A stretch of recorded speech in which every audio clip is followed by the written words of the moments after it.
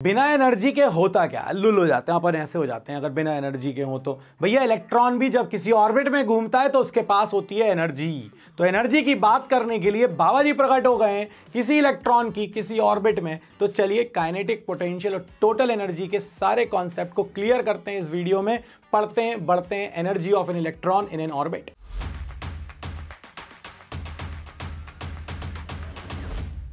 अगर हम किसी एटम की बात करते हैं तो अब हमारे दिमाग में इतनी चीजें क्रिस्टल क्लियर हो गई हैं कि उसकी वेलोसिटी क्या होगी, और नहीं देखी हो तो प्लीज इसके पहले वाले वीडियो को देखो।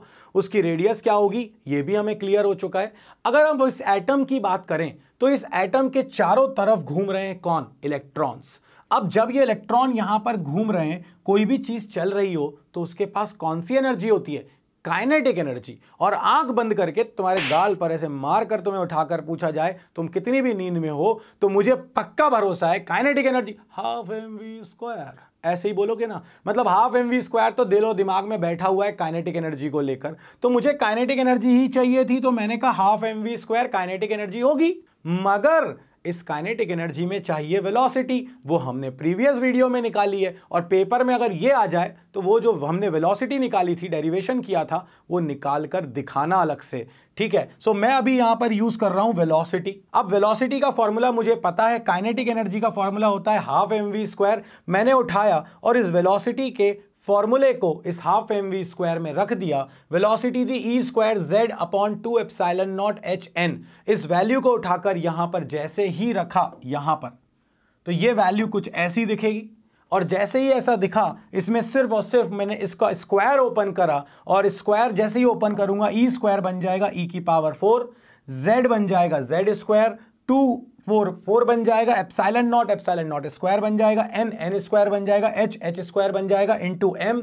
और ये हाफ तो था ही पहले से, मल्टीप्लाई करके इसको मैंने लिख दिया। मेरी काइनेटिक एनर्जी आ गई m e to the power 4 Z square upon 8 epsilon not square H square N square, that's it.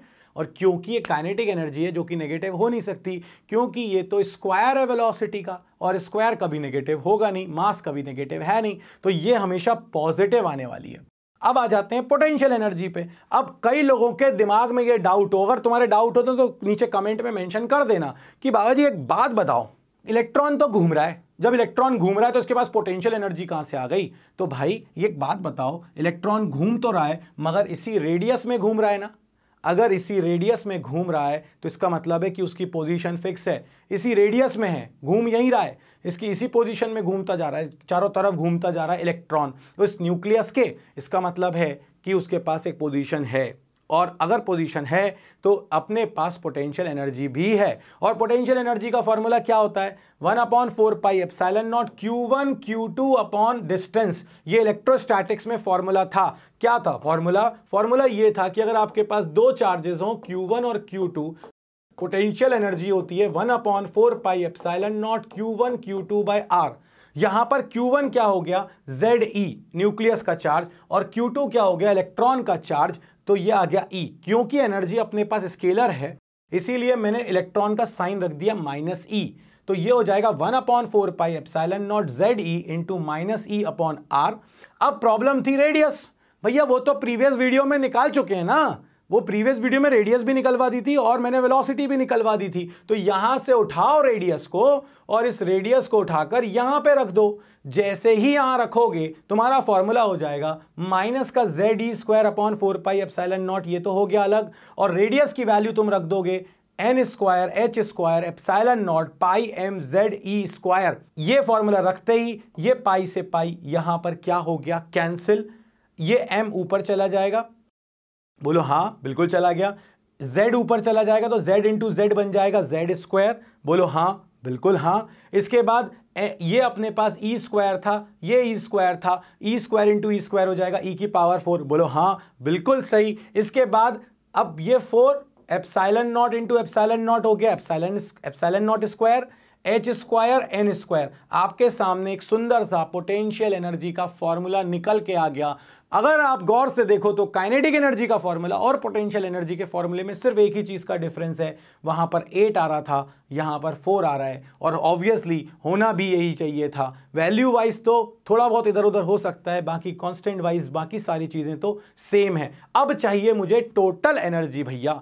अगर टोटल एनर्जी चाहिए तो total energy of electron in a orbit, किसी भी इलेक्ट्रॉन की टोटल एनर्जी कितनी होगी किसी ऑर्बिट में, तो kinetic energy plus potential energy, ये आपके सामने अभी निकाली काइनेटिक एनर्जी, ये मैंने निकाली थी आपके सामने पोटेंशियल एनर्जी। याद बिल्कुल भी नहीं होगी मान रहा हूं, बट जब कॉपी में निकाल रहे होगे तब तो ऊपर लिखी होगी ना भैया। अगर लिखी होगी तो यहां से आप m e⁴z²,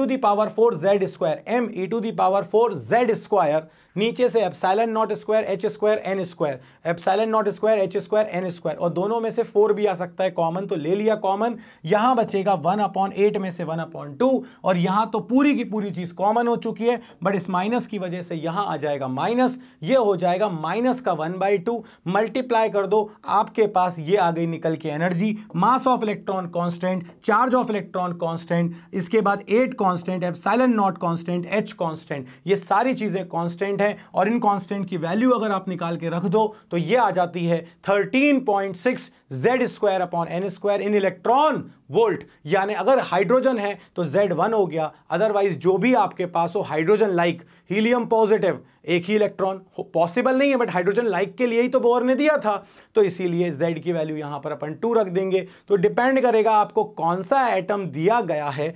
-13.6 Z²/n² is the answer for energy of an electron in a orbit. अब अगर इन सारी एनर्जीज को देखें तो जो काइनेटिक एनर्जी का फॉर्मूला था बिल्कुल सेम अपने पास फॉर्मूला आ रहा है टोटल एनर्जी का, मगर ये प्लस था और ये माइनस है।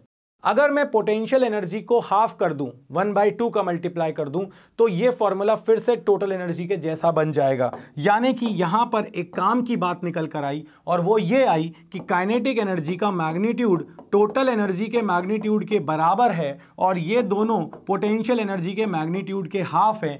बहुत काम का स्टेटमेंट है, बहुत ही ज्यादा काम का स्टेटमेंट है। क्यों?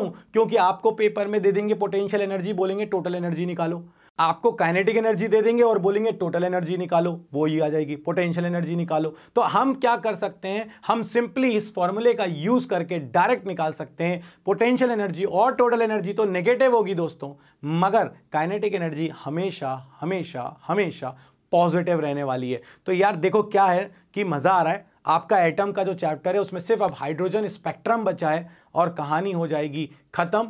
जय हिंद, जय भारत, ऐसी आपकी कहानी हो जाएगी। तो मिलते हैं नेक्स्ट वीडियो में। लाइक शेयर सब्सक्राइब करना बिल्कुल मत भूलना। एक वीडियो बचा है बस हाइड्रोजन स्पेक्ट्रम का, एटम खत्म, उसके बाद एक वीडियो न्यूक्लियाई खत्म। आपके पास सिर्फ अब 2 वीडियो हैं और एटम एंड न्यूक्लियाई भी खत्म हो गया। सिर्फ उससे फिर बचेगा क्या, फिर बचेगा इलेक्ट्रॉनिक डिवाइसेस, जिसके लिए भी 3-4 वीडियो सफिशिएंट है। तो हम इस मंथ में अपना सिलेबस खत्म करने जा रहे हैं। मिलते हैं नेक्स्ट वीडियो में, तब तक के लिए बाबा जी की तरफ से जय हो।